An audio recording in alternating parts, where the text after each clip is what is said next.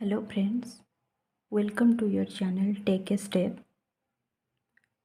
In this video, we are going to discuss about the questions were put up in your AES PRT exam that was held on 29th March 2023, and also I have appeared in this exam in second shift.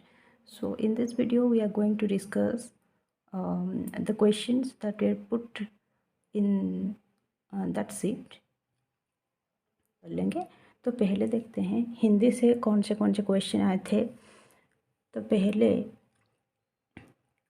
दो question शायद साहित्य लहरी से पूछे गए थे कि साहित्य लहरी की जो साहित्य लहरी जो है वो किसकी रचना है।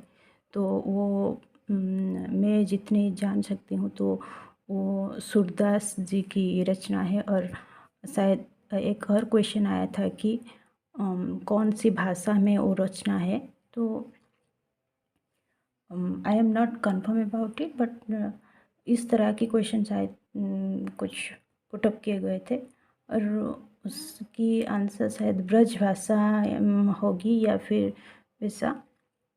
तो उसके बाद क्वेश्चन आते हैं रामचरितमानस से। कुछ टू क्वेश्चंस आए थे कि रामचरितमानस के जो मतलब फीमेल कैरेक्टर पे मेन फीमेल कैरेक्टर पे कौन थे और मेल कैरेक्टर पे कौन थे। तो फीमेल में आ जाते हैं माता सीता जी, और मेल कैरेक्टर में फीमेल में आ जाते हैं माता सीता जी, और मेल कैरेक्टर में आ जाते हैं प्रभु रामचंद्र जी।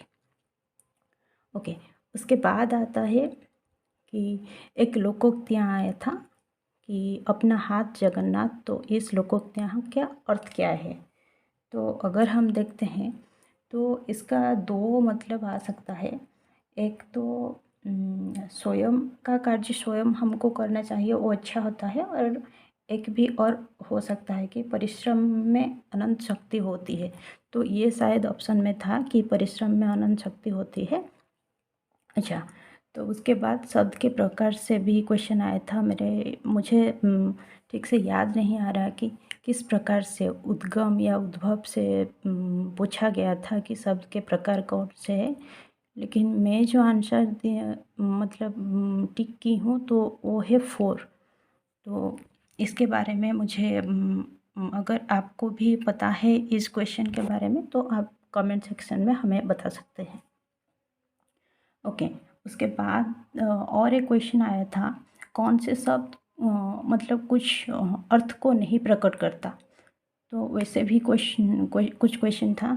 और उसके बाद भी तत्सम तद्भव शब्द से भी कुछ क्वेश्चन आए थे कि पहचानने में कि इनमें से कौन से शब्द तत्सम है या फिर तद्भव से है। ओके, उसके बाद हम देखते हैं पेडागोगी से शायद 2 से 3 क्वेश्चन आए थे। उससे तो पहला है फुल फॉर्म ऑफ ECC ही पूछा गया था, that is early childhood and care education. And second question एक था जो कि फाउंडेशनल स्टेज की एज कितनी होती है। लाइक वो तो 3 से 8 साल होता है ना, 3 से 4, 4 से 5 या 5 से 6 वो चला जाता है बाल वाटिका में। और उसके बाद 6 से 7 और 7 से 8 class 1 and class 2, that is foundational stage, that is 5 years. In the concept like 5 + 3 + 3 + 4 years. Another question was there also. According to NEP 2020, what is the before that was 10 + 2 concept, and now that is in 5 + 3 + 3 + 4. उसके बाद reasoning से भी मुझे याद आ रहा है कुछ 2-3 question ही put up किए गए थे। एक है ornament such that gold, then needle will be related to what.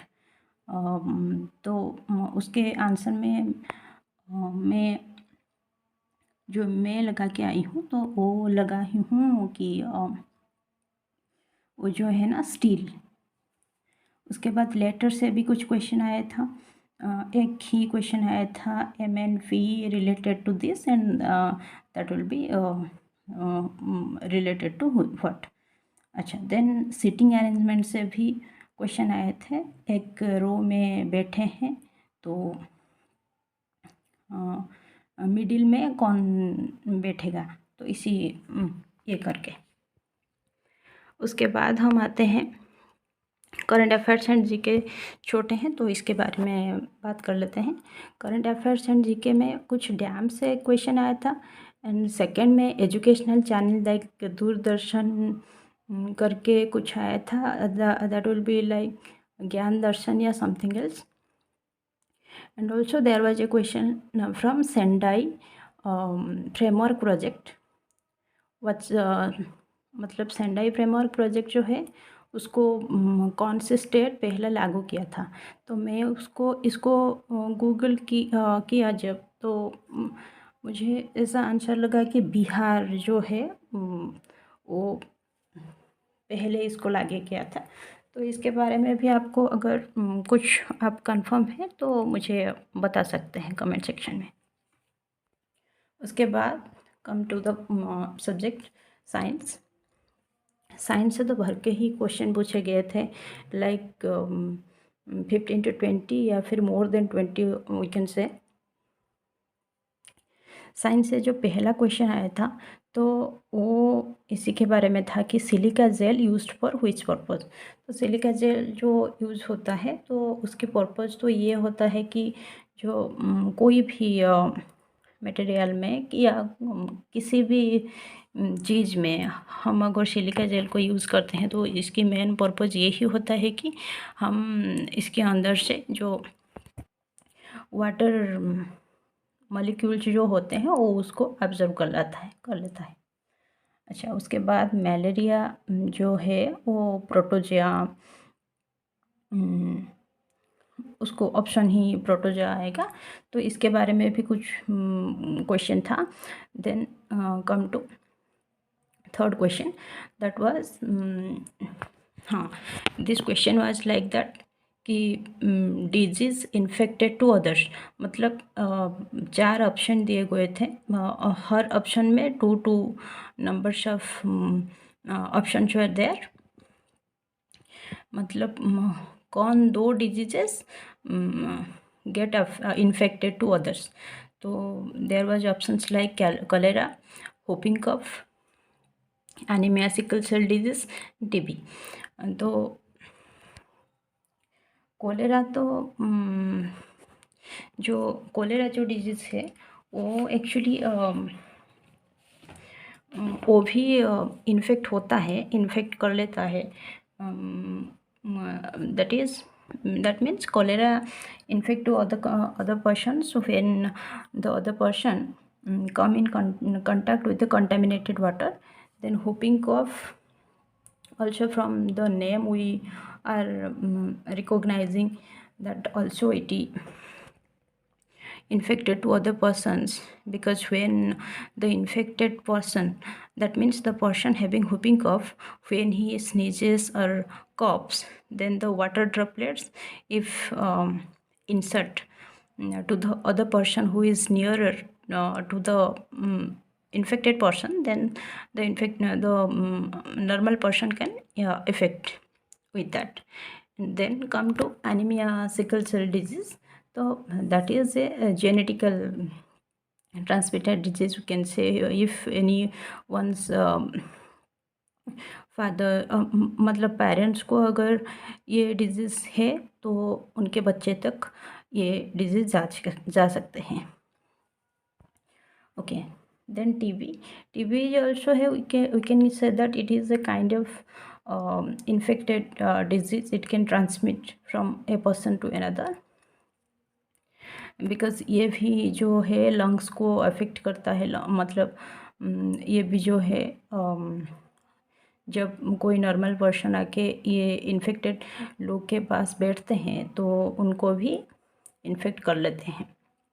लेकिन ऐसे नहीं है कि टच करने से या फिर उनके पास बैठने से, मतलब ऐसे अगर उनके ड्रॉपलेट से भी, कफ से और स्नीज से दूसरे लोगों के पास जाते हैं तो ये भी इन्फेक्ट कर लेते हैं। ओके, उसके बाद एक क्वेश्चन था कि अगर लॉन्गर हाइट से वाटर को फॉल किया जाता है तो क्या होता है। तो इसमें मुझे लगता है मुझे ये लगता है कि जो हमारे पोटेंशियल एनर्जी होते हैं तो वो जो है ना, वो काइनेटिक एनर्जी में कन्वर्ट हो जाते हैं। तो ये भी हम देखेंगे। फिर उसके बाद एक क्वेश्चन आया था कि वो जो लाइम वाटर है जिसके सिंबल है CaO, तो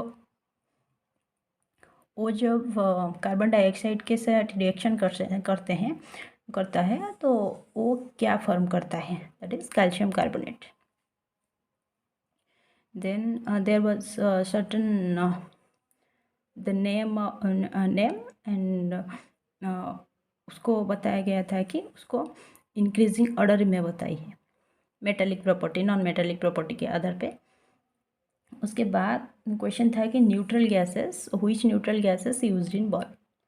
तो हम जैसे जानते हैं कि helium, neon, argon, xenon, krypton, radon, ये 6 number of neutral gases are there और inert gases are there, we can say that.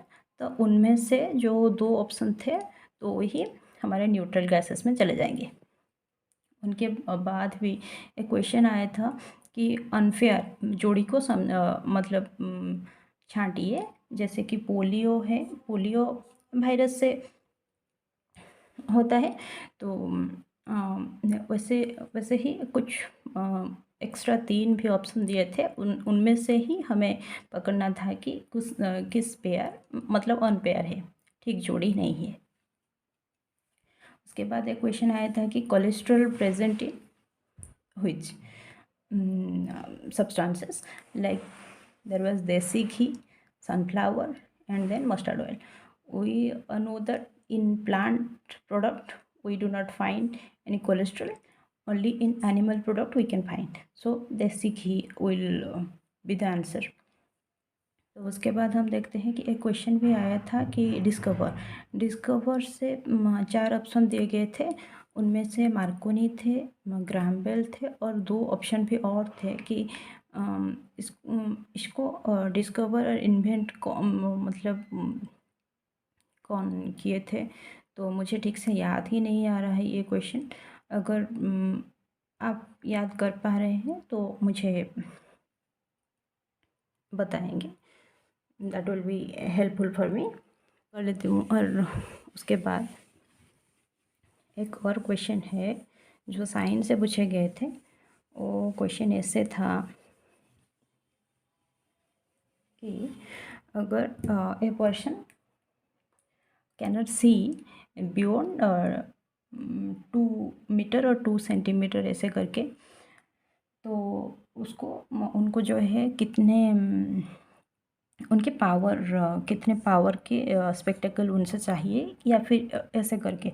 तो हमें पता है कि एक फार्मूला है, P means power is equal to 1/, हमारे जो है फोकस है। तो हमारे जो है यहाँ पर पावर पूछे गए हैं और फोकस है वो 2 मीटर दिए गए हैं, 2 मीटर बियॉन्ड से। सो इसीलिए हम यहाँ पे ये लिख सकते हैं कि 1/2। 2 मतलब माइनस से इसको रख सकते हैं, तो 1/2 मतलब इसे अगर हम कट करेंगे तो 0.5 मिल जाएगा। तो -0.5 और पावर का यूनिट जो है डायमीटर है, तो -0.5 डायमीटर। तो ये जो है इसको तो कॉनकेव लेंस भी बोल देते हैं, तो कॉनकेव लेंस लगेगा। तो ये भी एक क्वेश्चन आया था साइंस पोर्शन से। एंड उसके बाद हम अगर कुछ मैथ के क्वेश्चन के बारे में डिस्कशन करें तो मैथ में भी काफ़ी क्वेश्चन आए थे, लाइक 15 to 20 क्वेश्चन आए थे और वो भी इतने भी इजी नहीं थे, लेकिन हम अगर करना चाहें तो टाइम लेके हम कर सकते थे। और इसके बाद भी एपी से भी कुछ क्वेश्चन आया था, मुझे ठीक से याद नहीं, मतलब क्वेश्चन तो याद है कि एपी से क्वेश्चन आया था, लेकिन वो जो वैल्यू दिए गए थे उसके बारे में याद नहीं है। ओके, उसके बाद एक क्वेश्चन आया था जो मुझसे नहीं हो पाया, और उसके बाद लास्ट में मैं उनके चार जो ऑप्शन दिए गए थे मैं उनको पुट करके ही करी, उसके बाद भी नहीं हो पाए, तो एक ऑप्शन ही रह गई, उस ऑप्शन को ही मैं टिक करके चली आई। तो a + b = 3, then a² + b² = 6 या फिर ऐसे कुछ दिया गया था। तो उसके बाद पूछा गया था कि a = b a - b = dash. तो ये क्वेश्चन भी आया था। और उसके बाद कार बस से भी एक क्वेश्चन आया था कि कार की जो स्पीड इतना है और बस की स्पीड इतना है, और कार जो है वो 25 km/h जो है ज़्यादा है इसकी स्पीड से। तो ऐसे करके क्वेश्चन आया था। और उसके बाद भी और एक क्वेश्चन आया था कि अगर द एरिया ऑफ ए जो है rectangle is equal to the area of a circle, then मैं ठीक से रिकल नहीं कर पाई हूँ, ऐसे करके कुछ क्वेश्चन आया था। तो ओवरऑल हम अगर देखें, हाँ, और एक क्वेश्चन आया था कि मैं इसे इरेज कर लेती हूँ। इसके बाद और एक क्वेश्चन आया था कि अगर एक 2 डिजिट नंबर है और उसको हम अगर उसकी प्लेस वैल्यू को चेंज करके, मतलब इंटरचेंज करके उनको प्लेसेस को, मतलब एक 2 डिजिट नंबर हम अगर लिखें तो 21, इसके प्लेस वैल्यू को अगर, मतलब इसके प्लेस को चेंज करके हम अगर लिखें ये हो जाएगा 12। then on the summation of two numbers, then that will be 2 1 3 plus 2 plus 1 3 33, then that number will be divisible by which number, then that will be the number will be 11. There is also a question from that, and also there was a question from LCM HF, that is the 4 digit largest number or greatest number will be divisible by this and this number, then find out the number. तो ऐसे ही कुछ question आया था।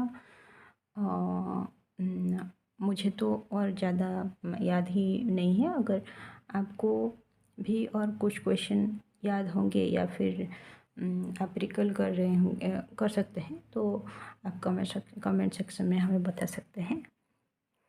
I will also try to make video on that. और हाँ, एक बात मैं और बोलना चाहूँगी यहाँ पे कि ये तो AES-PRT एग्ज़ाम में जो पूछे गए थे क्वेश्चन, इसके रिगार्डिंग हम वीडियो बना रहे हैं।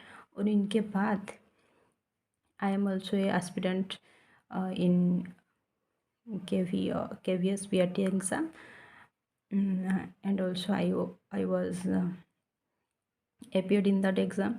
I am now also preparing for the interview. So interview के रिलेटेड दो डेमो क्लासेस है। मैं भी इस चैनल में एवरी डे एक डेमो क्लास अपलोड करने की कोशिश करूँगी। तो आप भी इस चैनल से जुड़ सकते हैं और हम टुगेदरली इसके बारे में भी ऑल टुगेदरली डिस्कस कर सकते हैं कि किस किस बारे में अच्छा हो सकता है और किन चीज़ों को ऐड करके या फिर TLM लेके हम डेमो क्लासेस को और भी इंटरेस्टिंग बना सकते हैं। अगर आपको ये वीडियो अच्छी लगी तो लाइक करिए, शेयर करिए और subscribe to this channel. Thank you so much.